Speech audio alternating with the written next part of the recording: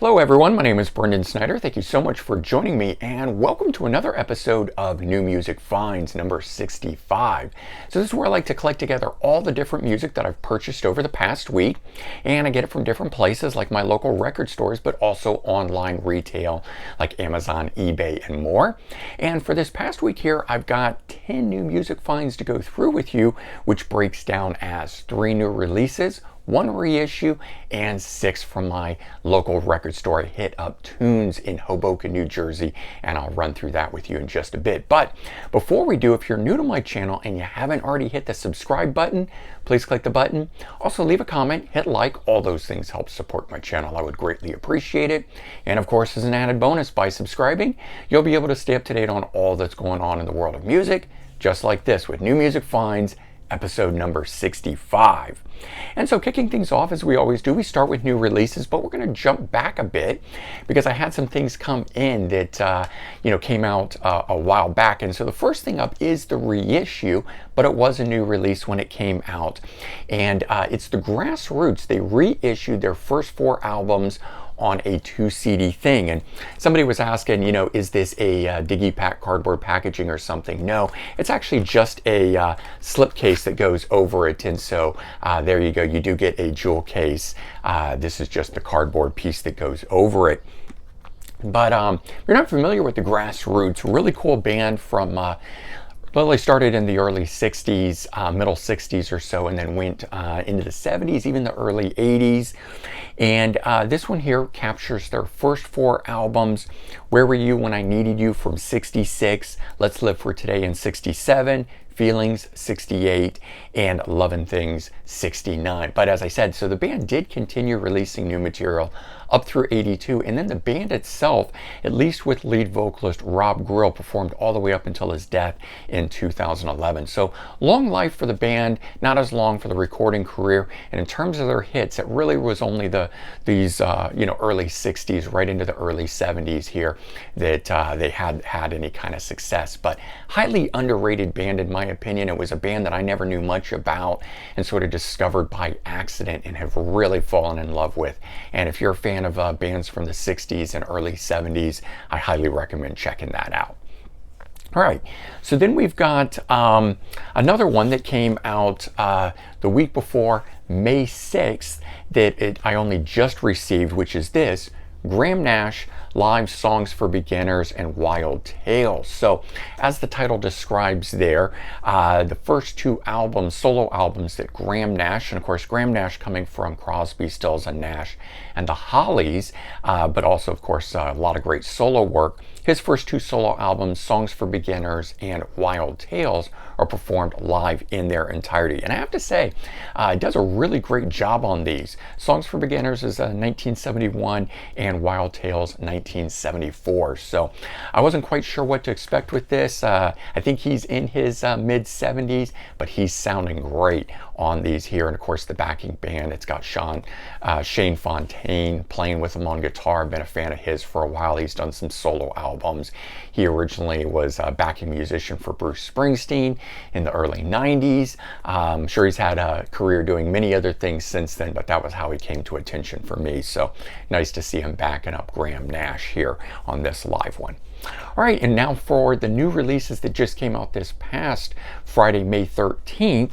First one up, and one that I've really been enjoying since it came out, the Graham Bonnet Band, Day Out in Nowhere. This one here turned out to be really good and be, something that just kind of hit the mark for me on this 3rd studio album under the Graham Bonnet Band name. Obviously, he's got lots of different projects and things that he's done, over the years. Rainbow, MSG, Alcatraz, Impellitteri. And even with the whole fallout with Alcatraz, and there's one version of the band out there that's minus Graham Bonnet with Doogie White singing. They made a great album called Simply 5.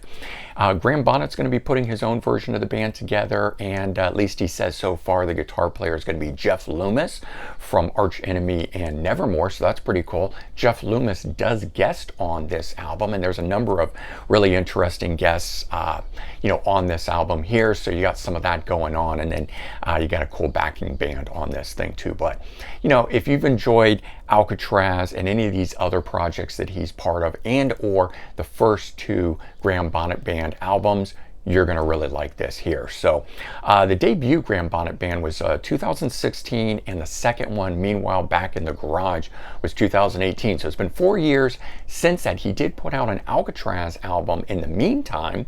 So you also had that. He's got some other things that he's done, but it's been great. It seems like when he got back to playing with Michael Schenker and that project, which I think was Michael Schenker Fest, it really kind of spurred along him getting back out in the industry and doing a lot of different things, because he's been very active since 2016 going forward, which is really great. The guy is 74 now, and in my opinion, he still sounds great. This album sounds good, so I hope he's doing it for a while longer, at least as long as he can. All right, and the other new release that came out that I picked up, Skills, Different World. So a debut album from the Supergroup. Here's the guys that are in it. We got Billy Sheehan on bass. We got a new vocalist here, Brazilian vocalist. His name is Renan Zonta. Apologize if I'm mispronouncing that there. We've also got Brad Gillis from Night Ranger, and we've got David Huff on drums from Giant. So quite the cool backing band here for this thing, but this is one of those Frontiers Records projects, so none of the songs in here are written by those guys, which is really unfortunate. You've got Brad Gillis and Billy Sheehan, two great songwriters, doing a lot of amazing stuff for their respective bands, and then not writing here. I'm not really sure the thought process behind this, but it's something that Frontiers Records has been doing a lot lately, gathering up these notable musicians, but then writing the songs for them. And in my opinion, they're all kind of starting to sound very similar, because they have the same guy, Alessandro Del Vecchio, who's a keyboard. He's a multi-instrumentalist, but he's really known for playing the keyboards. It's really kind of starting to sound the same, and I have to say that if they're going to continue doing this stuff, they really should start mixing up who's the writer, who's the producer, stuff like that, as opposed to using one guy to do it all. Because now that, I mean, they've probably done 10, 20 of these types of things, and so good album, got nothing against it. I like it, but it doesn't really sound like Night Ranger, doesn't really sound like Mr. Big. And so if you're going into it because of those guys there, know that this has a different thing to it. Great music. They do have some flourishes that, you know, from the lead guitar work of Brad Gillis, and of course the amazing bass playing by Billy Sheehan. But outside of that, it really doesn't have anything from their respective bands in it. All right, so then I also hit up one of my local record stores, this one in Hoboken, New Jersey, across the water from me, because I live in Manhattan right now, and found 6 things while I was there. I did a record store experience video. Those are my more pure, just straight point of view type video. I don't do commentary. I don't do any of the how I got to the store, traveling through the city, that kind of stuff. It's just straight up going to the record store and going through everything. I like to do those really just to document the stores themselves and so forth, and I hadn't done one for this store, so I did it. I'm going to leave a link to that in the description below if you want to check that out. And of course, you'll see these albums that I'm going to show you pop up in it, but different from when I do a Let's Go to the Record Store, where I do the intro at the beginning and I do a little traveling through the city and showing you stuff, and then at the end I come back and I do the unboxing of the stuff that I got. I don't do that with the record store experience one. So a couple of you guys asked about that, wanted to know why that didn't happen, just giving you the heads up on that. So anyways, this one was a really good find for me, and I did write this as some text in that video if you saw it pop up.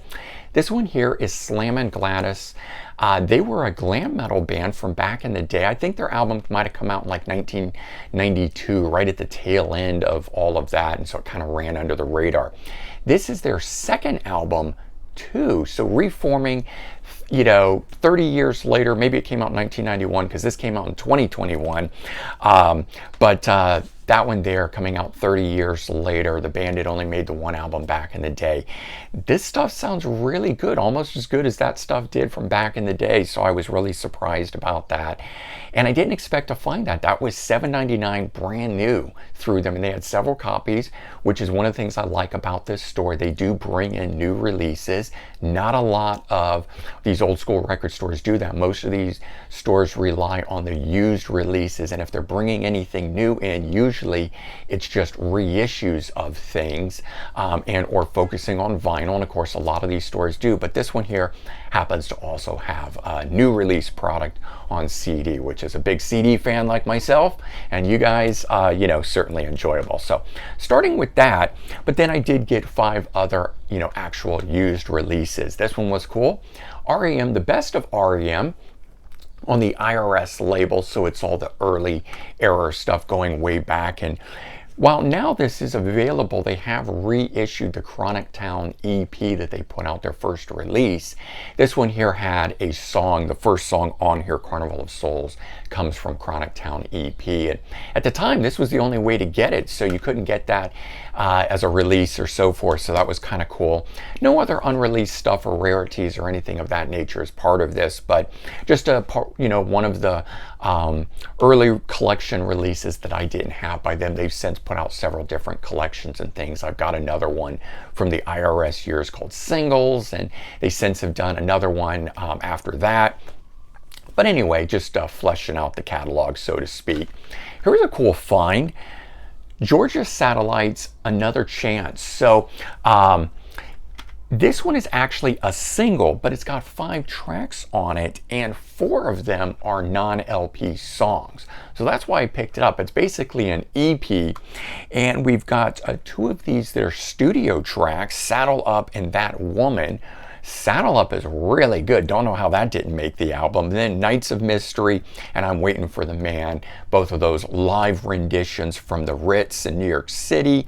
The song I'm Waiting for the Man is actually a Lou Reed song, so it's a cool cover song on here, but you get the song Another Chance from their 1989 album, and then you get these 4 bonus non-LP songs. So made it worthwhile. I don't generally pick up singles, but hey, if you've got non-LP songs, unreleased tracks on them like that, I'm certainly going to be picking them up. Next one, George Thurgood, very close at the way those start off. George Thurgood in the Destroyer, self-titled release here. Rounder Records, 1977 release. Now, I have a version of that album because when the album was originally recorded, it was just as a trio, 2 guitar players and drummer, no bassist. The bassist was added later after the fact and was really, as I understand it, added without the knowledge of George Thurgood and the Destroyers, the band. So that was something that the way this album came out with the bass on it and everything, but was not how it was intended. And I've got a reissue that came out a few years back, so many, many years after the original thing, probably in 2017, maybe for its 40th anniversary or something of that nature, where it removed the bass and was just the original recordings. But I never had the original album that had that mix of it with the bass. And now I'm kind of on the fence because for the last 4 or 5 years I've been listening to it with the no bass, and then now hearing it this way, cleaned up with bass, you know, is a bit different. But I like alternate mixes and things of that nature, so I always appreciate getting those different versions, and finding this and getting it was pretty cool. I have to say, interesting though, not sure why I looked this one up on Amazon and it's going for somewhere in the 60s.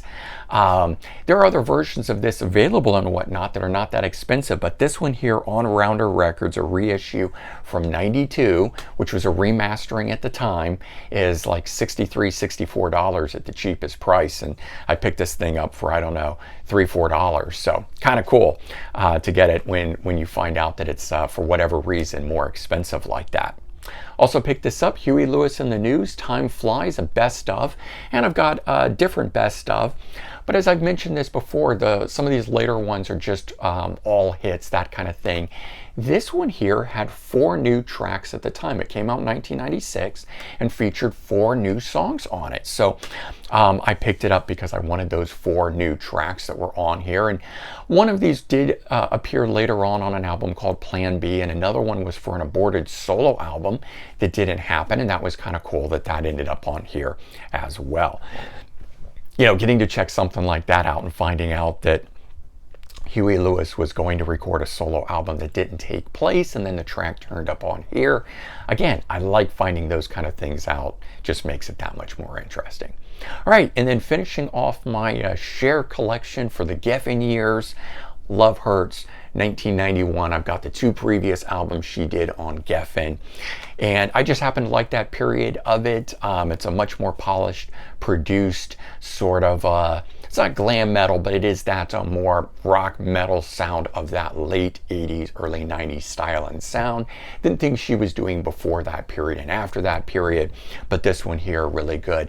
And partly in part, my mom was into Cher at the time. So growing up as a kid, we were listening to cassettes of this and the other 2 albums in the car. So I've got those fond memories. Never really listened to Cher otherwise, but those Geffen years I did enjoy, and so have been looking for that. And this one here, don't know if this is the original album cover or not, but there is an alternate one, and I kept finding the alternate album cover and didn't really like it. But this was the one that I remembered, and so it's taken me a little bit to find that cover. And so glad that I finally got it, and that was kind of the other reason why.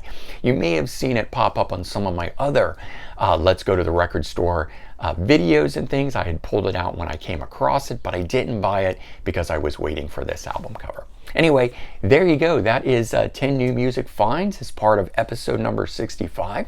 Hopefully you've enjoyed this, and if you did, please remember to comment, like, and subscribe. And certainly, if you will, share this out on social media. Help spread the word that way. I would greatly appreciate it. All right, everyone, have a great day. Good start or finish to the middle of your week, I guess, because we're on Wednesday here when I'm posting it. Happy hump day, if you will.